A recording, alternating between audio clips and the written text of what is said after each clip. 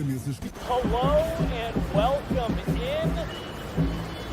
Please do not leave your luggage unattended on the station.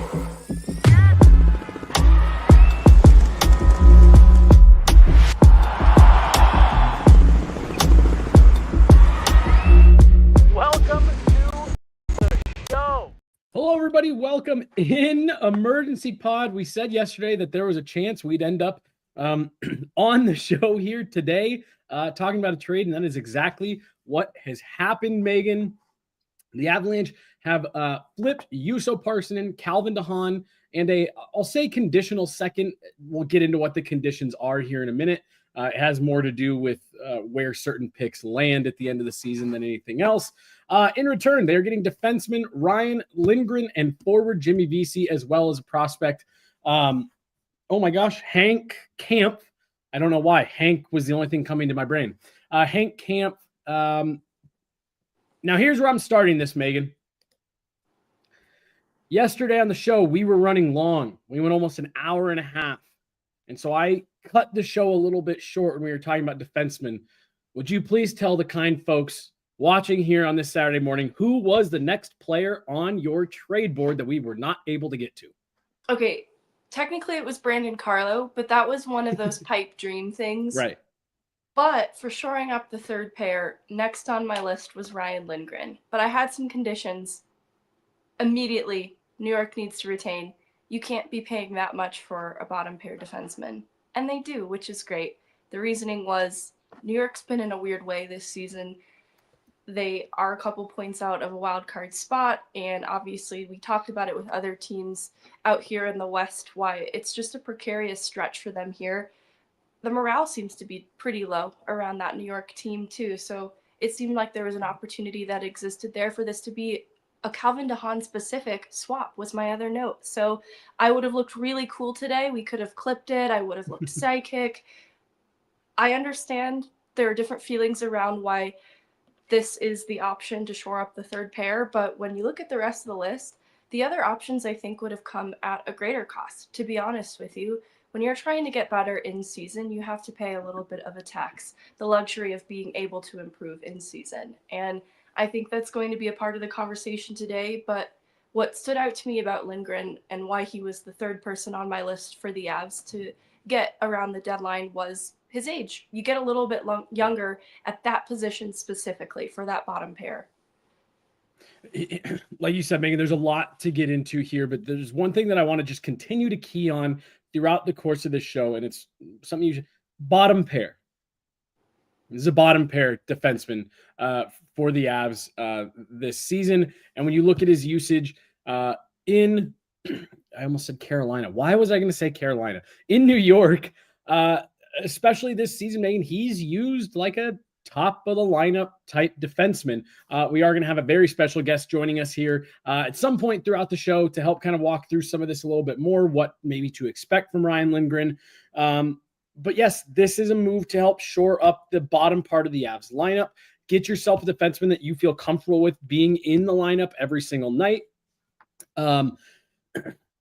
Physical, defensive defenseman. And like you said, you get a little bit younger on the back end too. So, while I get people are, you're quick to go pick up the player card and things like that. And yeah, there's no two ways about it. It has not been the best season this year, as well as a little bit of a decline last year for Ryan Lindgren. But hey, this is a guy who clearly the Avs still think can be serviceable in a bottom pairing role and really help this team out. And again, give you someone a little bit more reliable. It looks like we do have our guest here who can help walk us through Ryan Lindgren and maybe set the table on this a little bit better. Let's see here. Whoop, looks like he might be freezing up. So hold on. We'll give him a second here. All right, let's see. Peter, do we got you? I think you do. Peter! We got Peter Baugh, man who broke the trade details.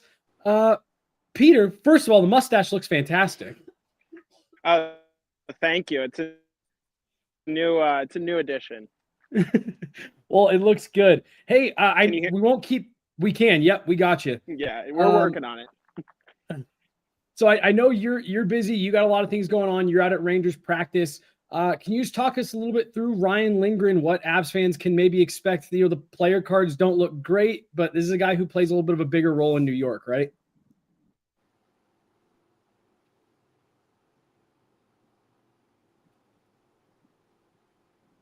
Yeah, so Adam Nord, he's a gritty, hard-nosed player who I think that sorry.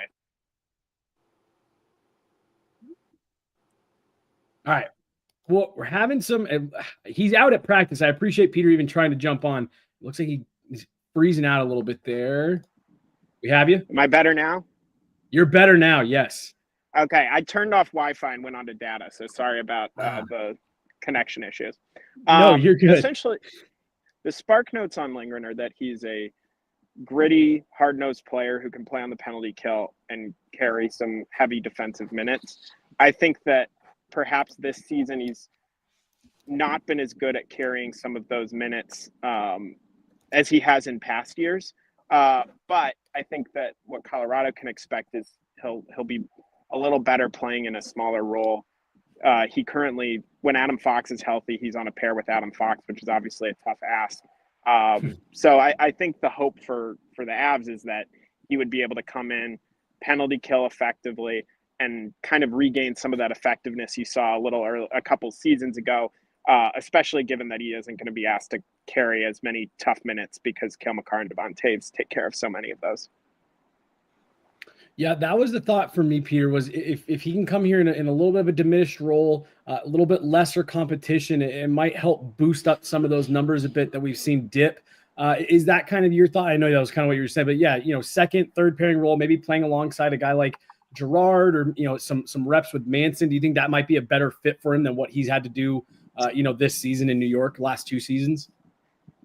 Yeah, I think he's just been this season in New York. It got off to a weird start. He had a jaw injury that kept him out the first few games.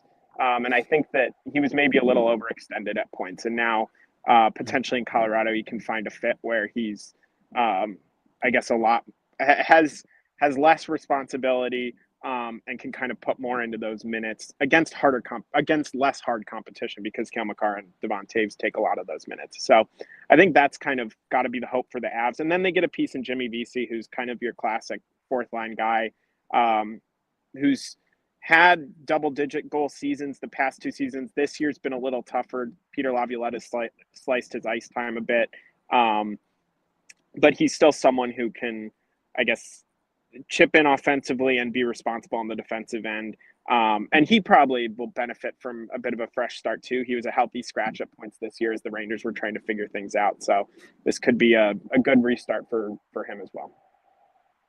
When you key in on some of the struggles of Lindgren's season, are there any mistakes or a common thread in those mistakes that you've seen?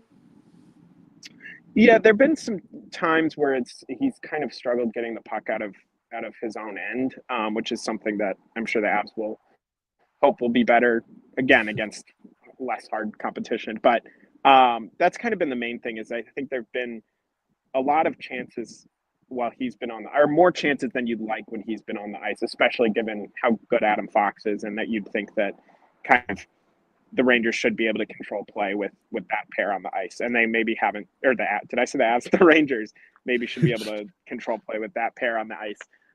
So I think that that's kind of been the biggest issue. So we'll see what he brings to the Avs. He certainly has like an edge and some physicality and grittiness. He's like a heart and soul player that coaches kind of trust. I'm sure Jared Bednar will like him and will appreciate his toughness and physicality. So it's going to be an interesting fit, and I'm excited to see how it goes in Colorado. And then I think the Rangers probably are pretty pleased that they were able to get a second and a fourth for these 2 players. That's a good return, especially considering Parssinen is a guy who can slot into their lineup right away as well. Yeah, that'll be a tough loss for the Avs in ways, just because we didn't get to fully realize his potential here in Colorado. In trading for him earlier in the season, I think there was untapped potential that hopefully he can realize in New York. Yeah, I think that's their hope. They maybe use him as a third-line center. is this like when you look at this, Peter? Being familiar with the Avs, like, is this a move that you think Lindgren's going to, in your assessment, he should be in their lineup every night, right? Like, this isn't a guy that Jared Bednar is going to want to be, scratching in and out, right? You don't trade a second-round pick for a guy you're going to scratch. Jimmy Vesey maybe is someone who they can kind of see who he fits with, and maybe he comes in and out a little. But Lindgren is a guy who will be on their penalty kill and who will play every night. Yeah. Peter, like I said, thank you so much for making the time to jump on. You and I can talk a little bit more. We can keep talking more. I think that the Rangers are going to be pleasantly surprised with Jusso, Parssinen. At least that's how folks felt here. So, we'll talk more. And also, two quick things. One, great work breaking the details this morning. It seems like you're the guy to go to more and more every single day. And there's a lot of people in the chat wishing that you were part of this trade as well, coming back to Colorado. So you're missed here in Denver. But great work as always, man. Thanks so much for making the time to jump on. Yes, thank you guys so much. And sorry I was cutting out a little. It's okay, Peter. You're good. You're good. Thanks, Peter. We'll talk to you later, man. Bye. Bye. All right. Great to have Peter on, just to give a little bit of context. Like I said, I appreciate him making the time. He's at Rangers practice. He and I were texting. He's like, I'll try to find somewhere that I can go. So appreciate that. But Meghan, I think so much of what he talked about there is what people need to remember when assessing this trade. Because again, it's really easy to go look at the player card and see that it has been a struggle this year for Ryan Lindgren. But as Peter just laid out, starts the year with an injury, and then he is playing next to Adam Fox, being asked to take on other teams' top lines every single night, be the shutdown guy. And look, it's just clear that that's not who he is right now. Like Peter said, you're not trading a second-round pick for a guy you plan on scratching. This gives you some stability on that third pair. The other part, Meghan, let me lob this at you. We keep talking about, well, you need to have a Josh Manson type, especially if you're not fully happy with what Josh Manson is doing. He just said, this is a guy who's mean, plays with an edge, blocks shots, kills penalties, plays physical. I know people are kind of quick to say they don't like it, but Meghan, I think this one makes a lot of sense, like you were laying out, ready for the show yesterday. Yeah, I think we just, as an organization, like a fan base enjoying this team, especially in the Stanley Cup era of that 2022 team, I think we have a refined palette, like a rich palette for what we think a third pair should look like. And so the third pairs that have followed have all been below our expectation, but I just don't think we set the most realistic one. And this isn't me looking to the Avs fan base saying you should settle for less or lower your expectation, but I look around what a third pair defenseman is around the rest of the league. And most teams don't have a Makar and a Taves at the top of the lineup, which is an important distinction for how the Avs decor is constructed. And so you do have to make some concessions then for what the third pair is going to be. I think that, Jack Johnson in the Stanley Cup year was perfect for it, but in the years that followed, that was sort of a disaster of a pairing that was a black hole in the lineup. They weren't getting anything more out of it. It was a neutral factor at best, but at worst, it was making some of the young defensemen that the Avs were trying to get minutes in games there worse. And so it's been an issue now for a little bit of time, trying to strike the right balance of the stay-at-home defenseman who can eat big minutes, can be trusted in all situations, D-zone starts late in games, but can also get up the ice with a team that likes to push play north and get up the ice quickly, break out quickly. And I think that's been the struggle. It's been the mobility and the puck skill that has been sacrificed a little bit here. And some of that's still true with Lindgren, but you get a little bit younger comparatively to Haan. I think people are looking at having wanted a Josh Manson upgrade and sort of feeling let down because, Lindgren, when you were hoping for maybe more of a 3D, 2D flex type player, does feel a little less than you would have hoped for. But that is hard because that comes at an even greater cost if you wanted a player who could play second pair minutes and be something of a Josh Manson replacement. What Lindgren is a little bit of Josh Manson insurance because he does have the grit and the edge and the physicality of a Josh Manson if that's a player that does continue to have health issues, isn't available to the Avs for whatever reason. He did play, 16-minute nights in New York with a big role, so he can be trusted with a few more minutes than the third pair in Colorado has been through this point. And similarly, a big PK guy.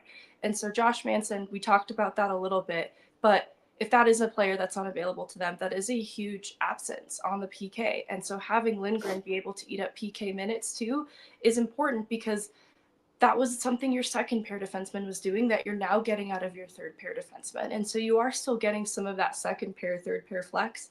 The trouble is, analytically, he has been bad the last couple of seasons. Yep. It's fair to say, I think that this is where you look at what the Avs' needs were at this present time and how players like Keaton Middleton sometimes get the nod to go on a given night over players like Malinsky, who analytically can, to this day, despite what we know about Sam Malinsky's season, analytically, it looks great.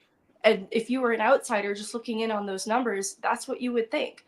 But to watch it more closely, you can see that Lindgren analytically might not be great, although his points pace has not only surpassed a Josh Manson, it's surpassed any of what the third pair has contributed through this point. I'm by no means brandishing Ryan Lindgren as some playmaking wizard, but he'll distribute the puck enough, and that's kind of what I mean when I talk about this third pair and what the balance has been hard to find for the Avs is they need just enough puck skill. But you didn't need Lindgren to be like a Sam Malinsky for a reason. And so you're still getting an upgrade then in the puck skill and the mobility, clear cut over to Haan. You're getting more consistent reps then too, which has been the other issue. With Haan and Middleton kind of rotating in and out of the lineup together, I like that Lindgren is going to be the guy that you can just put in the lineup every night. You kind of know what to expect. You can shelter him a little bit if need be, because just look at Keaton Middleton. Like, Lindgren is so much like, this is mean, better Keaton Middleton. Yeah. And so if you could shelter Middleton and survive some games through this point, you can get a little bit more trusted out of Lindgren on a nightly basis. And this wasn't the move that was supposed to win the Avs the Stanley Cup. You just needed to shore up the back end. There's 3 total moves that help the Avs to get to a more complete place. This isn't shiny, and it's maybe not as glamorous as you would have hoped, but it still needed to get done. This was an important area of the lineup that needed to get better. No, I'm with you 100%, Megan. And we talked yesterday on the show and said, I believe it was based on the list that you had kind of put together. We said the Avs need to make at least 3 moves, between now and the deadline. And we said, look, it's a middle pairing defenseman. It's probably a bottom pairing defenseman. And then whatever you can, whatever you decide you want to do up front, 2C, depth forwards, things like that.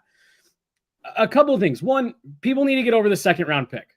You need to get over it. It's not even your own. The Avs aren't even, it's not even their second round pick. There's an option between 2 different second round picks the Rangers are going to take. So the Avs still have another one to use. And the reason you pay a second round pick is a couple of things. One, you got Calvin Haan off your books. You moved him out. You moved a contract out. 2, the Rangers ate half the salary for Ryan Lindgren. The Avs didn't just trade a second round pick straight up for Ryan Lindgren. There's several components to this deal. And to watch people freak out about a draft pick who, if the Avs kept it and used it, you would hope would maybe someday potentially have the option of maybe affecting your team in about 5 years. So if you're actually upset about a second round pick that the Avs traded in this deal, I don't really know what to tell you. You needed to shore up the bottom pairing. I loved when you drew the parallel back to the 2022 team and what that bottom pairing looked like. And I think there's even a chance, Megan, that we romanticize it a bit in our heads, remembering that third pairing and it was maybe better than it actually was, and forgetting the constant complaining that people did about how bad Jack Johnson was and how you can't have Eric Johnson in the lineup anymore and things like that. I'm not saying that you just have to put your blind faith in what the Colorado Avalanche are doing and saying, oh, it's just automatically going to work. Ryan Lindgren's got to come here and earn it. But they are bringing a guy who's playing top pairing minutes to come in and be a steady third pairing guy that you can roll out there every single night. And by the way, you've still got over $3 million, $3.2 million in cap space. You could still go add Mario Ferraro for nothing in terms of contract going out. You can still bolster this defense. If so, suddenly everyone who's upset here let's just say, and I'm going to use Mario Ferraro because we talked about him a lot yesterday. If the Avs go out and add another second pairing defenseman, legit second pairing defenseman, Makar Taves, Gerard, whoever this new defenseman is, Ferraro, whatever, Manson, Lindgren. I don't know. I just don't get how someone could look at something like that and say, that's not a solid 1 through 6. That's what the Avs are trying to build here. The Avs are trying to build a 1 through 6. Now, if they go through next Friday and this does end up being the last trade that they made, then yeah, disappointing. Not the move you wanted them to make. There were better options available. But something tells me that this isn't where they're going to rest between now and next Friday. I want to address some of the concern too around other options that were out there to make the third pair better. Let me be clear at least. Lindgren is an upgrade over to Haan, full stop. That's easy. That's clear cut to me. Valimaki on the waiver wire. 31 other teams passed on this player. I think from what I have known about players that have passed through waivers without the interest of 31 other teams before, there's a reason for that. There's always a reason for that, whether it be on ice play, something that we're not seeing, or reputationally, there's always a reason for that. There's a reason that the Avs did not have interest in this player. And similarly, I know Ludwig just got like a little bit banged up in the AHL, but they have other options that they have looked at earlier in the season to get better that could have been a solution on the third pair that they've also deemed not a clear-cut upgrade. They literally have John Ludwig in Loveland right now. Mm-hmm. And so I think we have to understand that there are reasons behind the scenes why this is a better fit for what they needed on their third pair that we'll see fully realized in the on-ice performance. And I don't know if we'll ever fully appreciate it because I just think by position, the third pair defenseman job is never going to be a very glamorous one. It's not going to come through on the score sheet. The intangibles of their game are the things that Jared Bednar is going to appreciate most, and probably Mackenzie Blackwood, but probably not you or I.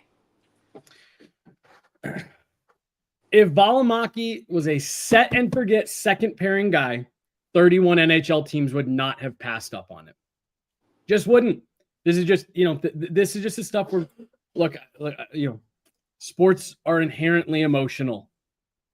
People get invested. These are fans. People spend money, time, all that stuff watching. But hey, these are complex moves. And I saw someone in the chat saying, Jesse, you don't get it. Second round picks go up in value this time of year. You know what else goes up in value this time of year? Everything else. Everything else.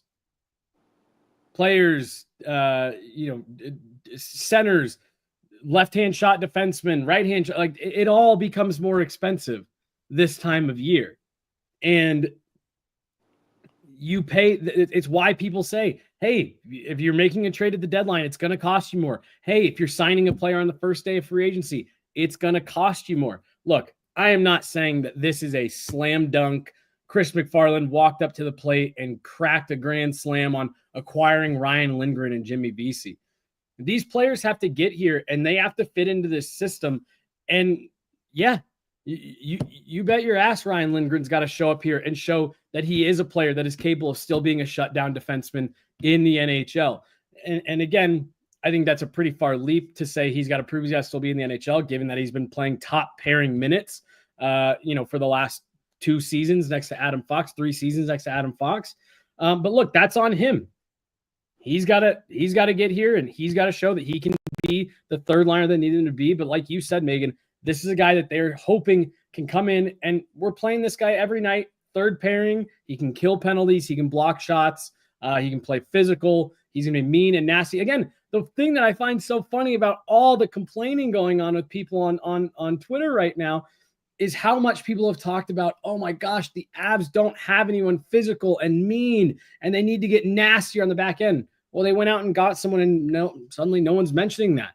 People are pulling up player cards and referencing other podcast hosts and saying, oh, see, well, this podcast host and this player card said they're not good. So that's the fact. We're done. Yeah. And it's there's a player card for everything. There's a player card to affirm that Lindgren has pretty good foot speed and mobility.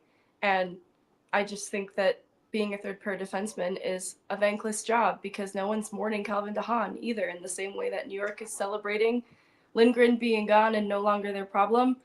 I think people have felt that way about Jack Johnson not being in Colorado any longer, but then they find themselves longing for him when he's gone. It's just a thankless position. It's really hard to win. And we're getting hung up on this second round pick. New York just got their pick back. That's from a 2024 draft day trade. That second round pick just went back to New York. And I get that there's then the third and the fourth on top of it, but it's not so different what the Avs have done to recoup their own picks in later trades on draft day. So you can expect that the Avs will retain draft capital in the future through trades down the line. They end up getting picks back at the end of the day in the same way that New York reclaimed theirs. Yeah, no, I'm like you said, Megan, there's a card for everything. And here's the part that we even allowed ourselves to get hung up on it.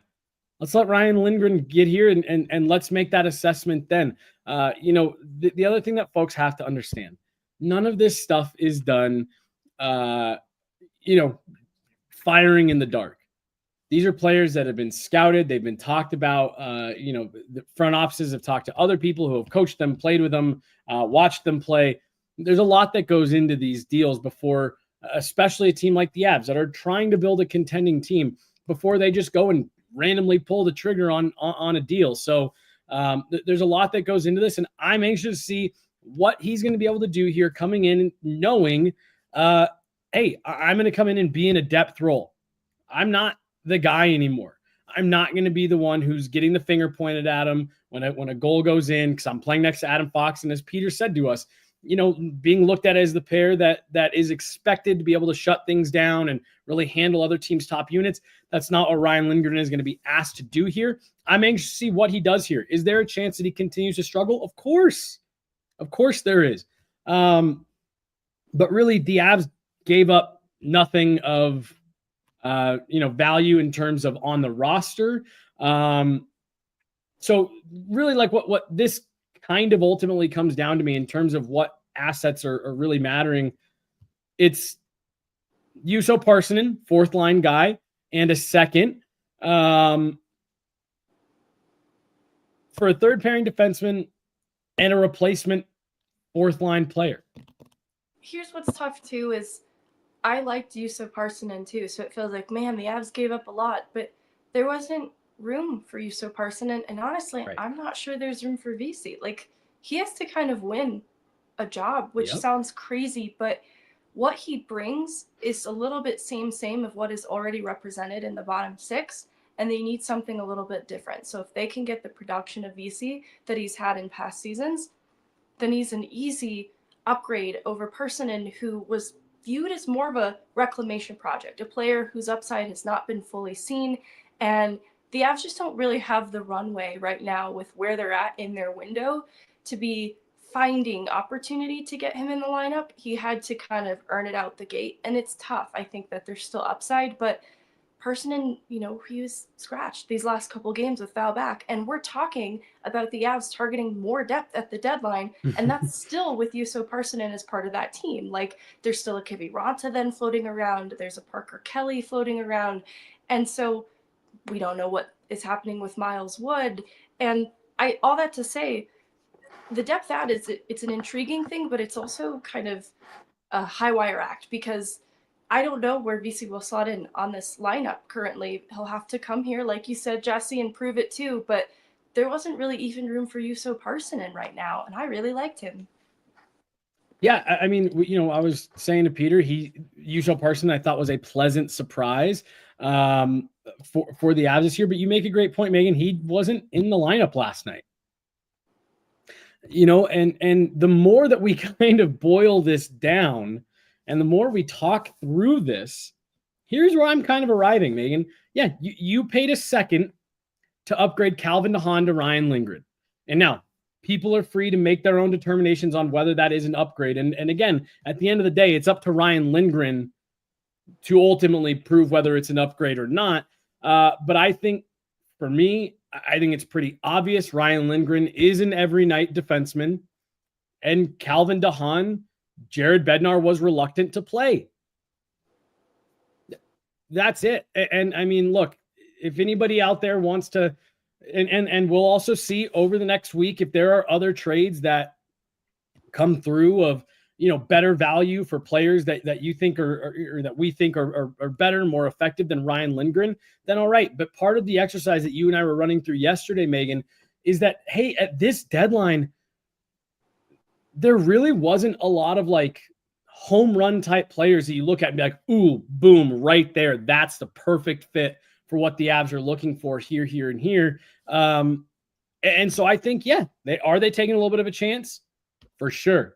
Taking a little bit of a chance. But like you said, all you really did was you gave the Rangers back their own second round pick to give yourself an every night defenseman that you did not have yesterday. I also want to talk about the prospect rights that they retain in this trade. Hank Kemp is a defenseman out of Cornell, and I think we know a thing or two about defensemen who have come from that program.